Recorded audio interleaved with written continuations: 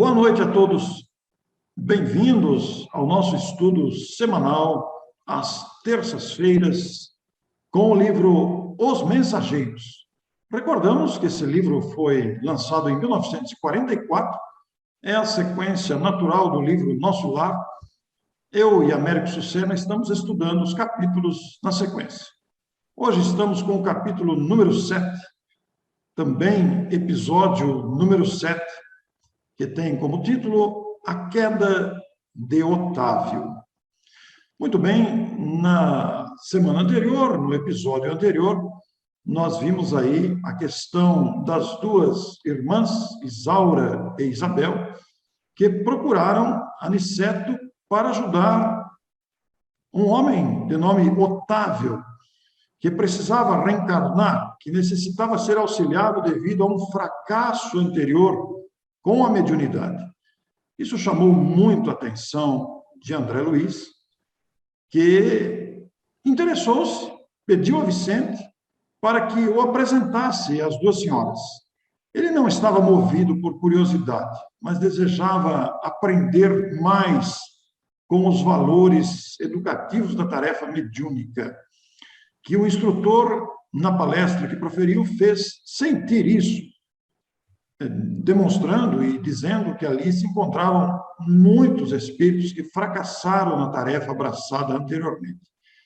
E, rapidamente, Américo, ele já estava à frente das duas irmãs, Isaura e Isabel, e também do próprio Otávio, que estava presente ali, um pálido senhor que aparentava aproximadamente 40 anos.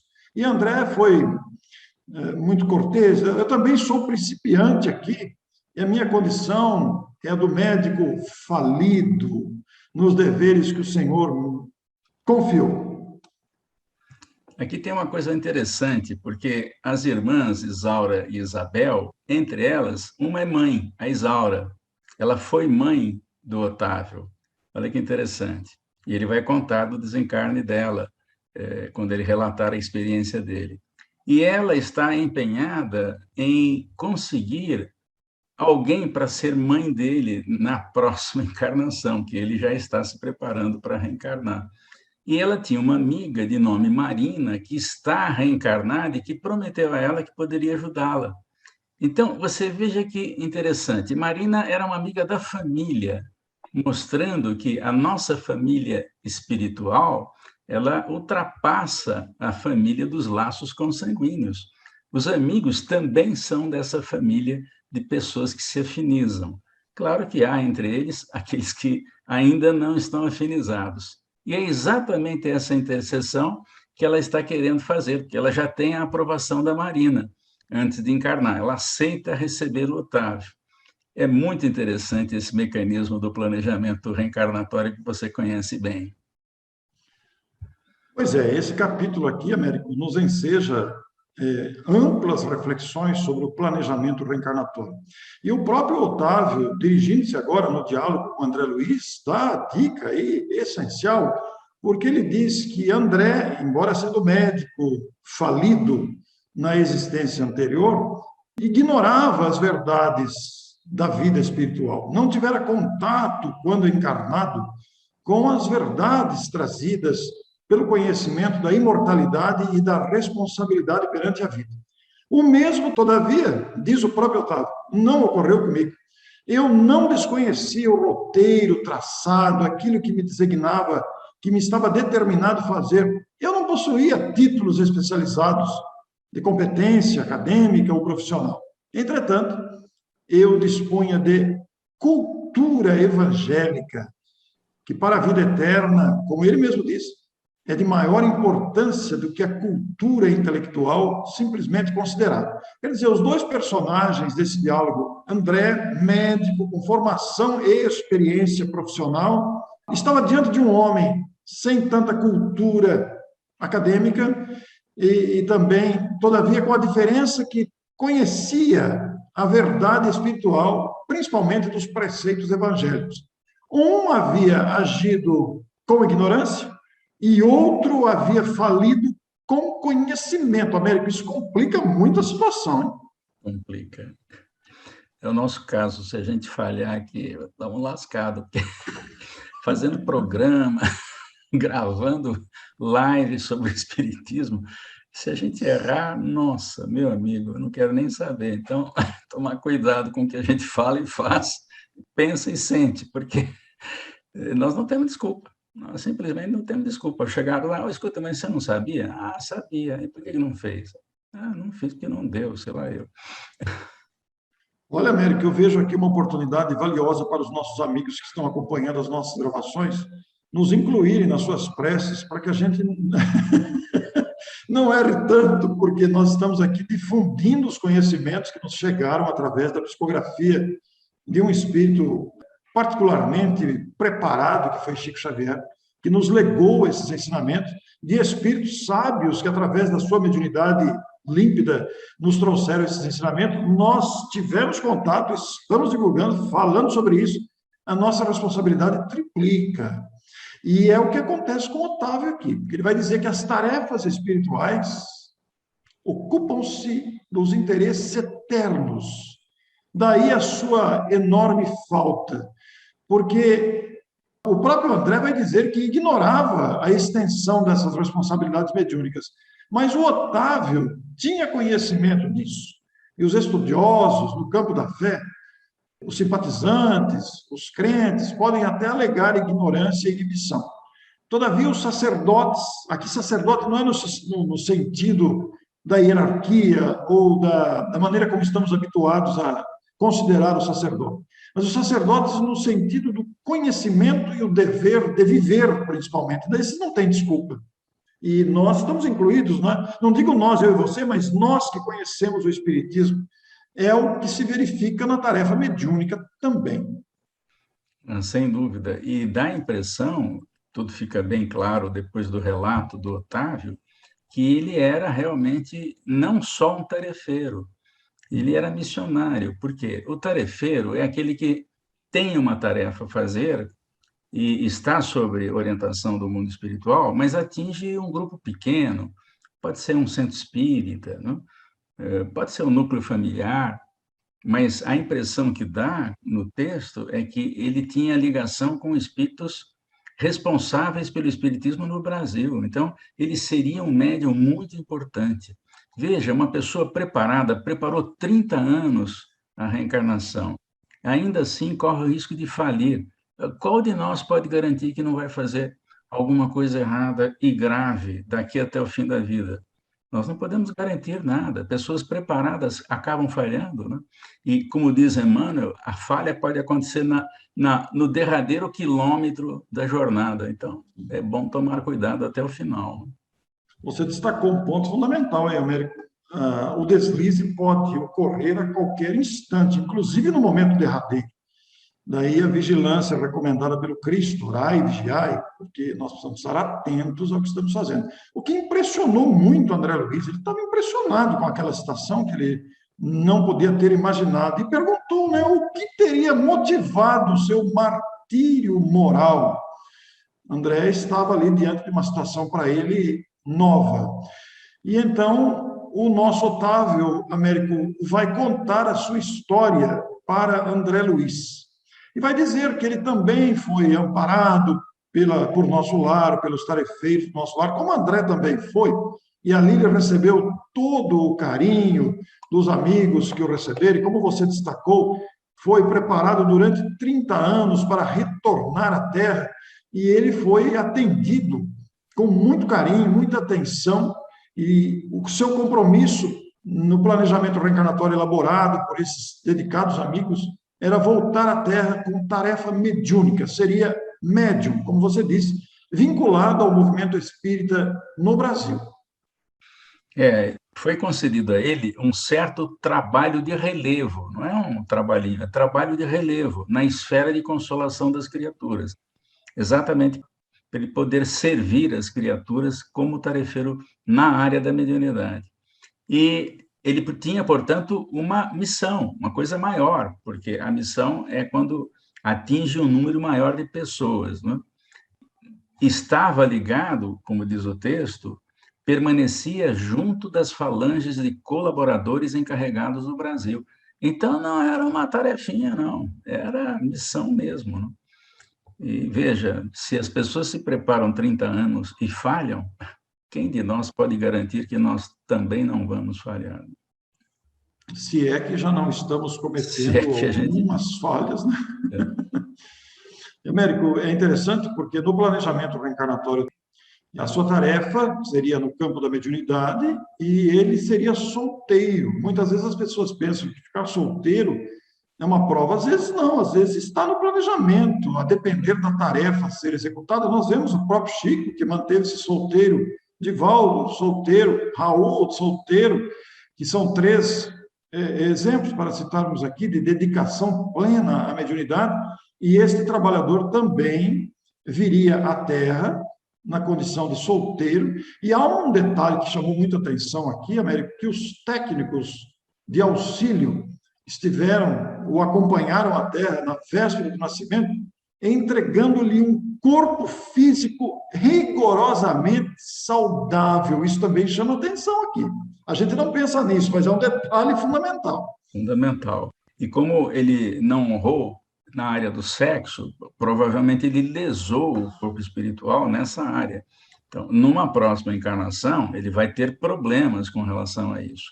Não é para punir, é porque quem lesa a si mesmo precisa aprender a dar valor naquilo que faz, naquilo que realiza e no corpo que tem. E, portanto, ele vai ter certamente dificuldades nessa área.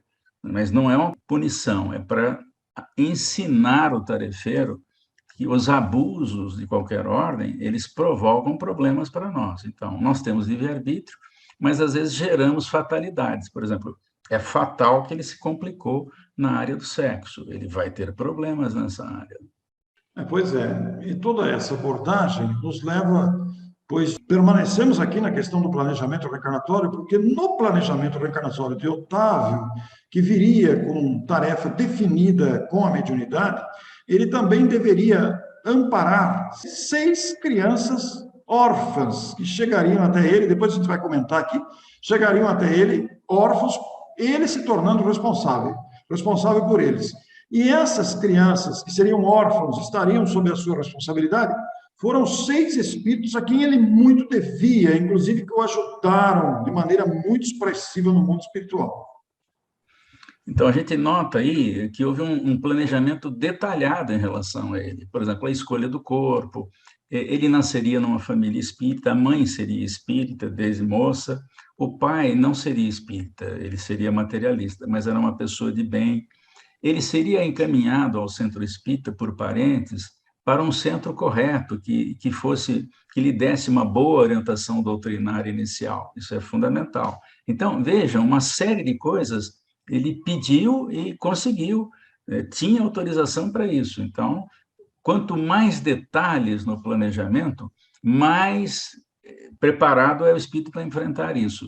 Mesmo assim, ele não conseguiu ou realizar a tarefa que estava prevista.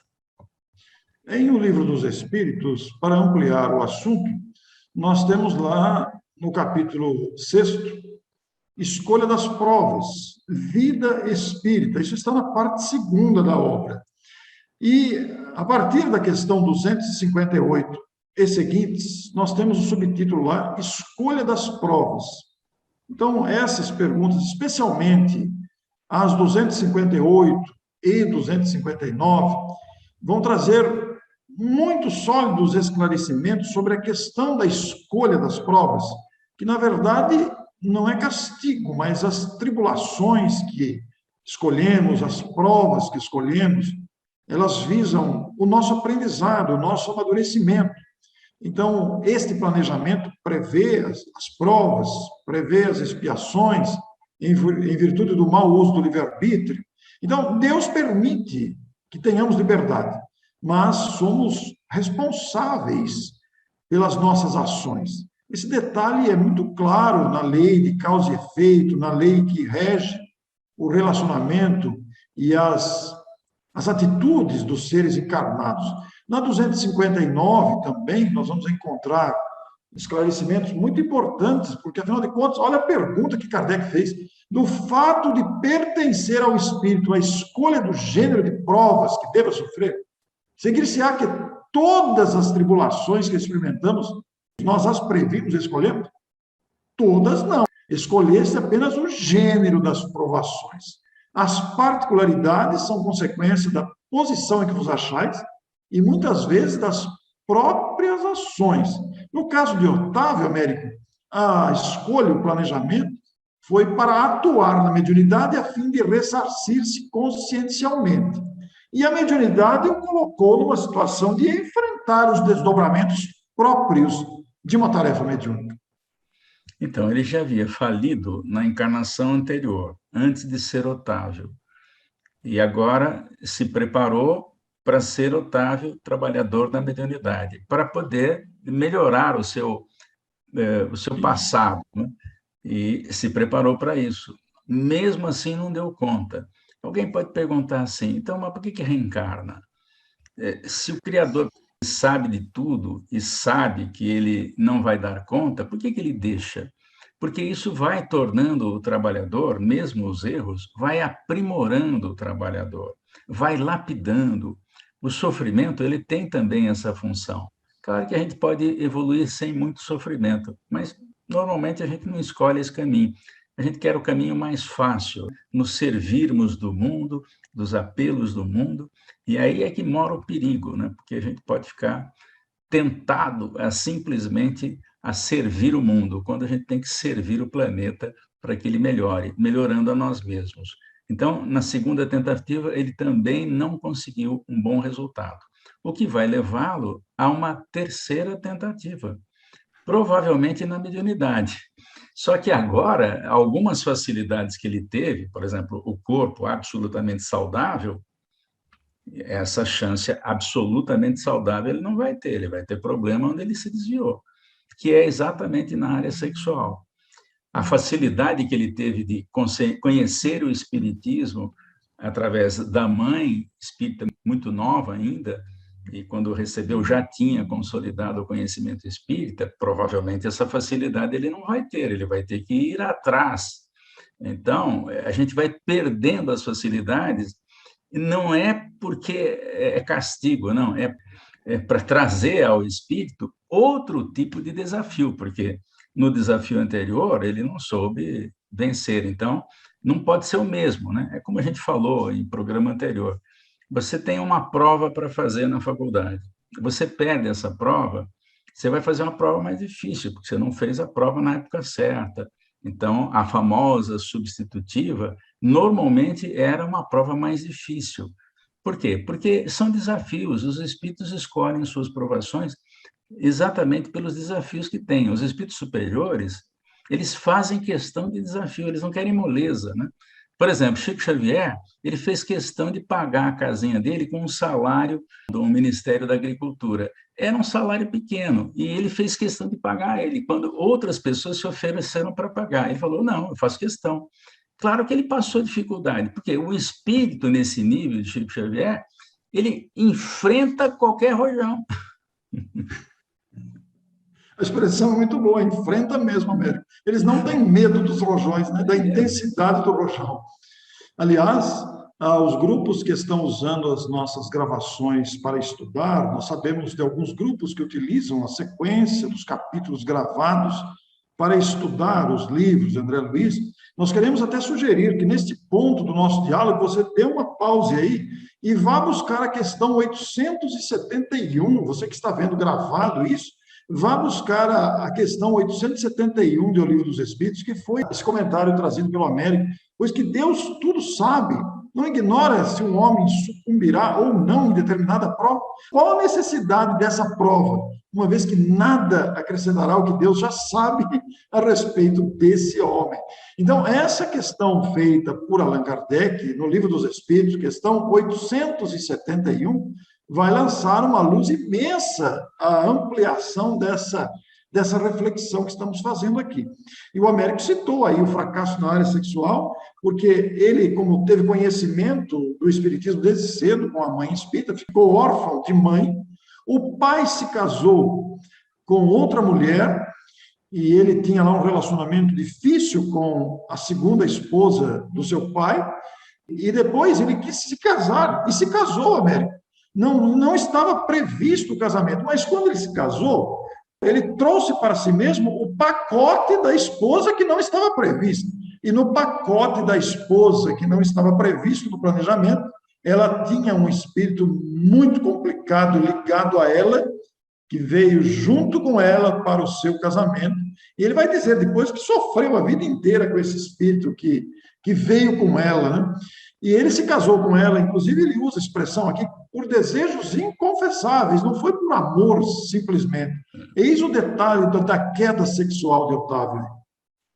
Então, esse espírito que se ligou à mulher com quem ele casou era um espírito complicadíssimo, né? E, naturalmente, ele acabou engravidando essa mulher e foi obrigado a casar. E esse espírito que estava próximo acabou reencarnando ali. E os dois atazanaram a vida do Otávio, o restante que ele tinha de vida. Então, ele, ralado de remorsos, acabou desencarnando numa situação muito difícil, porque saiu totalmente do planejamento. É uma opção. Agora, ele certamente vai ficar mais esperto. Mas, respondendo à questão 871, nós escolhemos um trechinho, porque a resposta é longa, que é muito interessante. A prova, ela não tem por fim esclarecer Deus sobre o mérito do homem, se ele é capaz ou se ele não é, porque Deus já sabe se é ou não. Mas ajuda a esclarecer o próprio homem nas suas escolhas. E Deus não está preocupado, porque como o objetivo é aprimorar, às vezes da experiência difícil é que vem o grande salto que o Espírito vai dar. Eu vou contar uma história que eu ouvi no começo da pandemia, ouvindo palestra do Haroldo Dutra Dias. Eu não lembro de todos os detalhes, e quem achar essa palestra pode até nos ajudar para a gente recuperar aqui a informação. Mas eu guardei a história básica. É o seguinte, um sujeito que vivia na zona rural, com outros companheiros, proprietários de terras, né? E ele também, certamente os filhos lhe recomendaram, aliás, certamente não, os filhos recomendaram então a ele que ganhasse um pouco mais de terra sem pagar. Então, como faríamos isso? O filho falou, se arreda a cerca da fazenda só meio metro, ninguém vai perceber. E foi o que ele fez. Mas certamente isso foi percebido, né? Deu uma confusão, deu guerra entre famílias, morreu gente que não podia morrer, foi uma confusão danada. E depois que todo mundo desencarnou naquela geração, na vida espiritual é que ele percebeu, o fazendeiro percebeu o grande erro que ele tinha feito. Então, preparou nova reencarnação. Nasceu de novo na zona rural, proprietário de terra. Aqui a gente não sabe o quanto ele era proprietário, né? Se a terra já era maior ou menor, a gente não sabe. O fato é que ele teve a chance de repetir a experiência. Só que esqueceu o passado. E provavelmente o mesmo filho que sugeriu na encarnação anterior o pai para aumentar meio metro, fez de novo a sugestão, né? Que é para testar, para testar o pai. O pai, por que você não arreda só meio metro a cerca? E o pai teria dito a ele o seguinte, não me mexa nesta cerca. Por quê? Porque ele guardou o drama do passado com toda a emoção negativa que precisava. E aí não erra mais. Ele já sabia, Américo, a consequência. E veja só, você traz uma história com desdobramentos aí que se movimentaram em tragédias e sofrimentos por causa de meio metro de cerca. A extensão, imagina meio metro. Que deve ter tido centenas de metros quadrados aí de área a mais, né? Só que o vizinho percebeu, né? Aí deu uma encrenca danada. Pois é, Américo.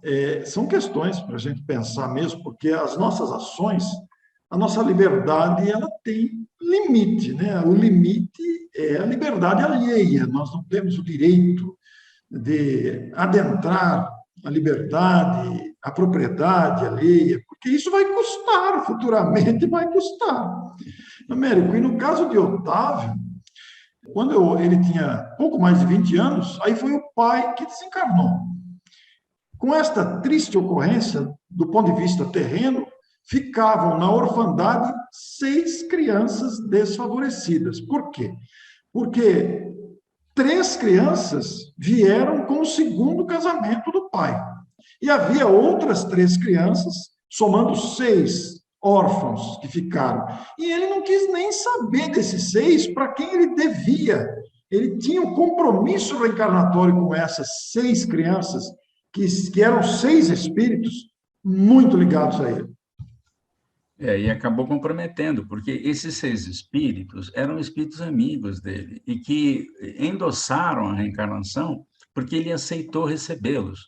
A gente não sabe qual era a história anterior desses 6 espíritos que nasceriam, mas o fato é que ficou combinado, então ele não cumpriu o combinado, largou os 6 espíritos órfãos e sabe-se lá o que aconteceu, a história não conta. Agora, certamente, na experiência desses 6 órfãos, eles também fizeram um planejamento reencarnatório e talvez tenham previsto também a possibilidade do Otávio não os ajudar, porque tem que ter alternativa, né?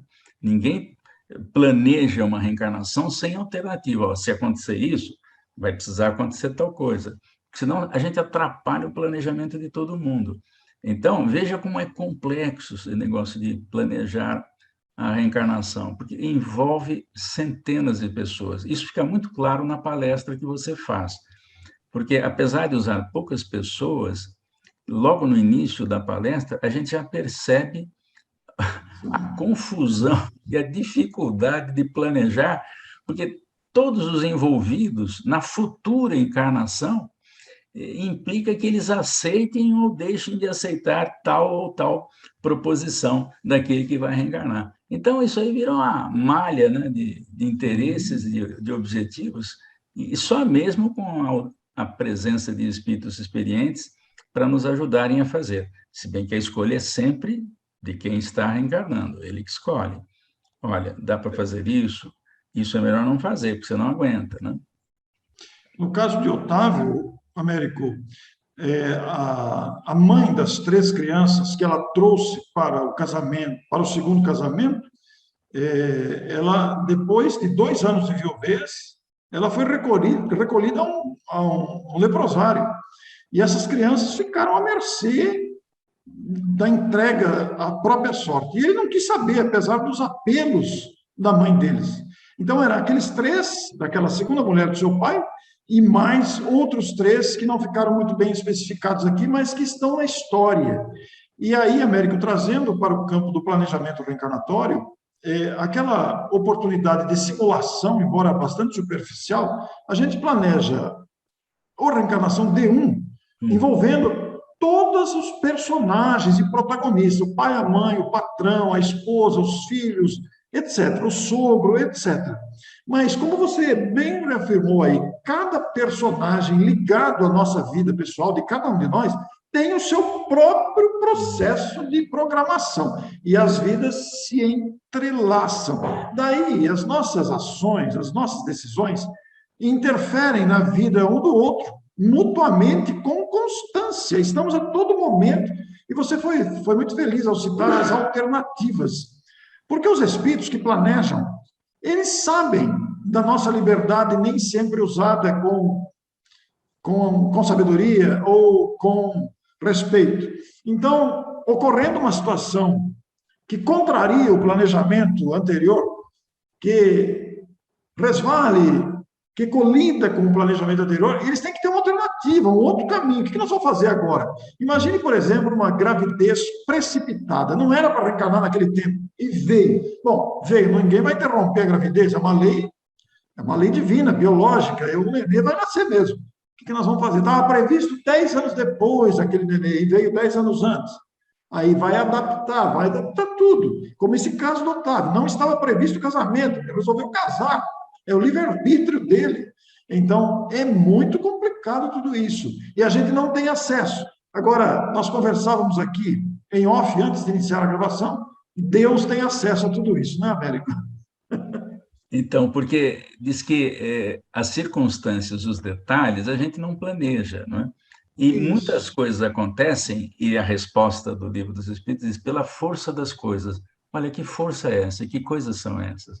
Porque está nas entrelinhas, nas filigranas, a ação do Criador, que sabe tudo e coordena para que tudo aconteça conforme o nosso livre-arbítrio determina. Então, a gente determina, escolhendo, fazendo escolhas, e as coisas acontecem como precisam ser. Então, mas nós não temos livre-arbítrio? Não, a gente sempre tem. Mas Deus aproveita o nosso livre-arbítrio de todos para intercalarmos as experiências e favorecer-nos. É um negócio impressionante. Eu quero muito um dia estudar e procurar entender um pouquinho, pelo menos, essa mecânica, porque é uma coisa que não cabe na mente humana que alguém controle tantas coisas, né? Que coisa importante falar sobre isso, né? Porque aqui nós estamos falando de um drama, de uma coisa que não deu certo, ele foi considerado um médico falido, comprometeu-se ainda mais. Nós vamos ver aqui no começo do texto, nós não falamos isso, mas está aqui, que aos 15 anos começaram os chamados da espiritualidade, ele foi levado a uma instituição espírita, não valorizou o conhecimento do espiritismo, não quis saber, simplesmente ignorou, foi fracassado mesmo, né?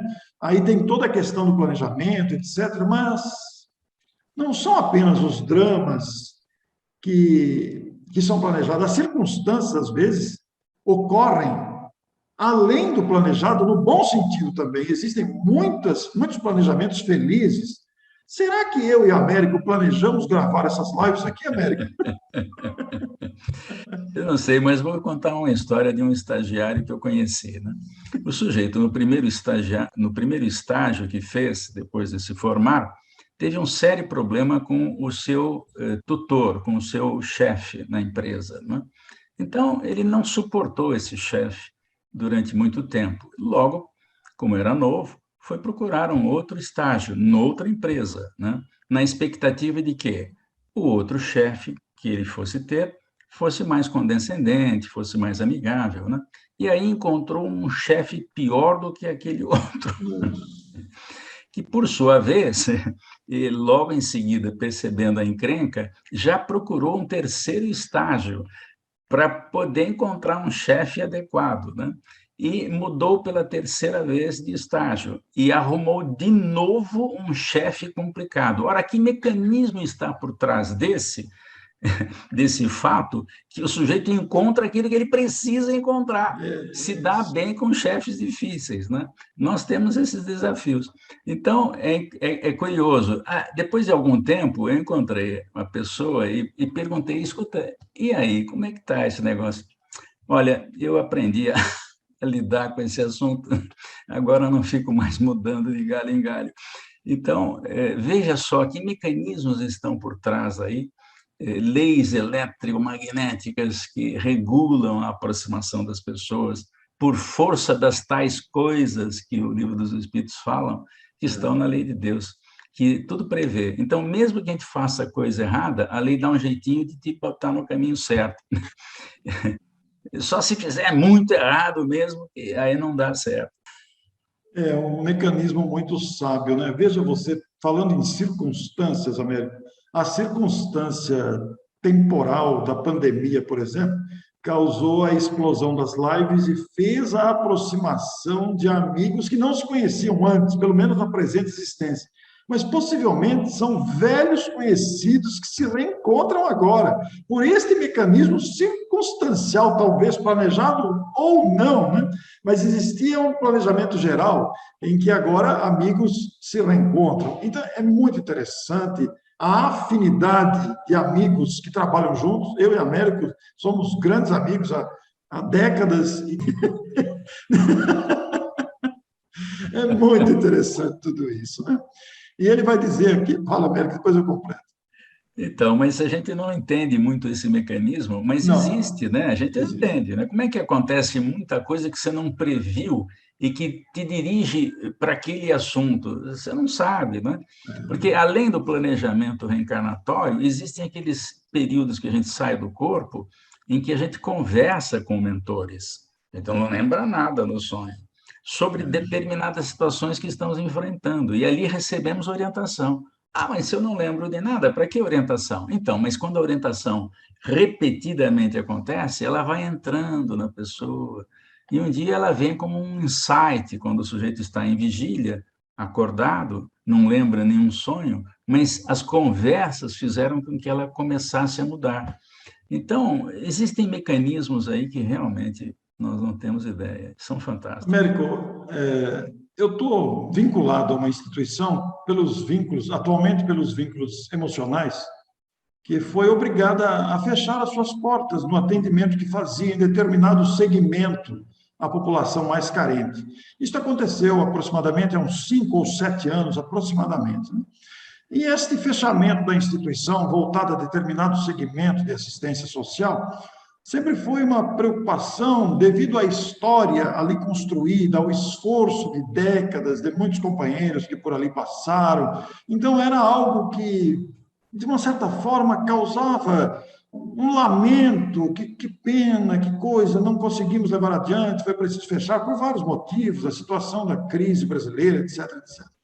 E essa instituição, cujo prédio em boas condições, precisando de uma reforma, de uma hora para outra, rapaz, caiu no colo uma pessoa que é responsável por um determinado convênio, reformou o prédio e está quase pronto para começar a funcionar uma escola profissionalizante que vai ser um benefício para a cidade. Olha que mecanismo, uma coisa que aconteceu, entre aspas, sozinho. A gente fica a pensar, é o que você está falando aí. Então, os espíritos que se responsabilizam por nos acompanhar tomam essas providências nos bastidores para voltar a nos favorecer naquela tarefa que precisamos. Reparem que, no caso do Otávio, ele foi chamado, mesmo depois de ter se casado e arrumado encrenca com o filho problema, ele ainda recebia orientação do mundo espiritual para voltar à tarefa. Ele não quis, mas os espíritos ficaram tentando, né, para que ele voltasse à tarefa.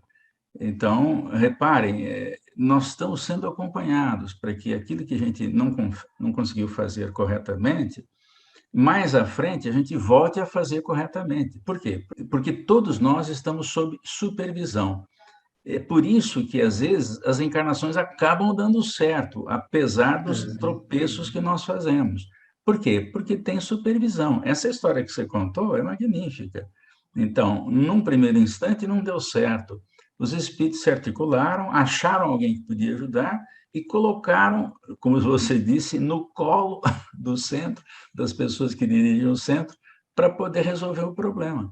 Então, muitas vezes, o mundo espiritual acaba nos favorecendo com alternativas. Você usou uma expressão muito feliz. Os espíritos atuam nos bastidores, utilizando desses mecanismos da própria lei.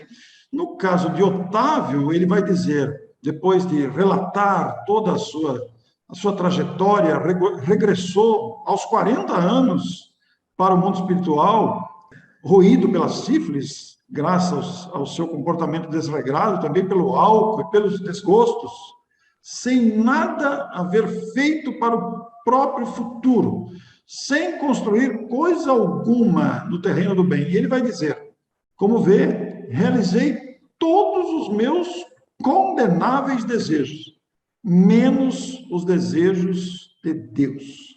Por isso, fali agravando débitos antigos. E o André, diante de uma situação mais penosa que a dele mesmo, abraçou ali com muita simpatia. Dona Isaura aproximou-se, não chores, meu filho, Jesus não nos falta com a bênção do tempo. Tem calma e coragem.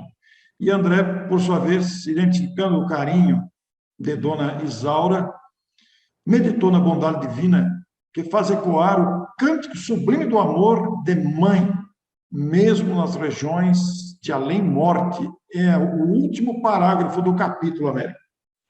Que bonito, né? Encerrando um drama do Otávio, mas mostrando que Deus conhece as nossas necessidades, sabe das nossas fraquezas e, portanto, oferece múltiplas oportunidades.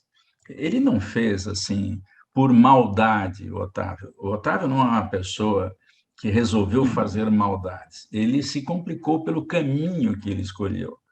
Então, a providência divina vai lhe dar a chance de fazer nova experiência. Olha que interessante. É diferente quando o sujeito tem a possibilidade do poder, do mando, e faz um monte de coisa errada porque ele quer fazer coisa errada.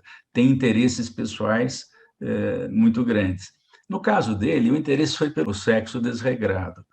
Naturalmente, podia ter falhado em outros aspectos, né? E ter abandonado as tais crianças. Isso vai lhe trazer alguma dificuldade depois, né? Muito bem, concluímos o capítulo, magnífico capítulo, A Queda de Otávio. E na próxima semana nós vamos ter o desastre de Acelino, Américo. Mais um caso dramático pela frente. O capítulo 8 do livro, O Desastre de Acelino. Américo, deve ter outro fracasso por aí. E na mediunidade, todos esses fracassos aí são na mediunidade, que eles estão no centro de mensageiros, que a gente já sabe que é uma grande universidade do espírito, porque prepara tarefeiros para todas as áreas do conhecimento. Porque nenhuma pessoa que reencarne e que não vai ser médium e tem alguma função definida, nasce sem planejamento. Nós vemos que o próprio Otávio, para ser médium, se preparou 30 anos. Então, isso não é assim, ó, vai lá, reencarna, vê o que você faz lá. Não, não existe isso aí. Tanto é que ele ia ter uma dificuldade na infância, a família ia ter dificuldades financeiras, para que ele não amolecesse, não fraquejasse logo no início da tarefa. Está no começo do relato dele. Mas que os recursos do mundo espiritual viriam automaticamente caso ele conseguisse fazer aquilo que estava previsto. Na medida em que ele fosse fazendo, os recursos viriam. Olha que mecanismo fantástico. Quem que traz o recurso? Quem planejou isso? É um detalhe que realmente nós não conseguimos entender. E para concluir, Américo, essa citação que você faz é muito importante nesse momento dessa análise, desse estudo desse capítulo, porque basta que nos movimentemos decididamente na tarefa que abraçamos, que os recursos estão à nossa volta e chegam no momento exato, porque basta que tomemos a iniciativa, o primeiro passo. Então, você que está nos ouvindo, prossiga na sua tarefa, não temas, vá em frente, e vamos todos, né? Eu digo você, mas eu me incluo, vamos juntos, todos nós, vamos trabalhar, porque temos muito trabalho pela frente. Eu e a América, pelo menos, temos mais de uma dezena de obras aqui para fazer essa tarefa. Haja live. Até a próxima semana, então, com o Desastre de Acelino, capítulo 8 do livro Os Mensageiros. Muito obrigado a você pela atenção, pela presença, e até a próxima terça-feira. Até a próxima.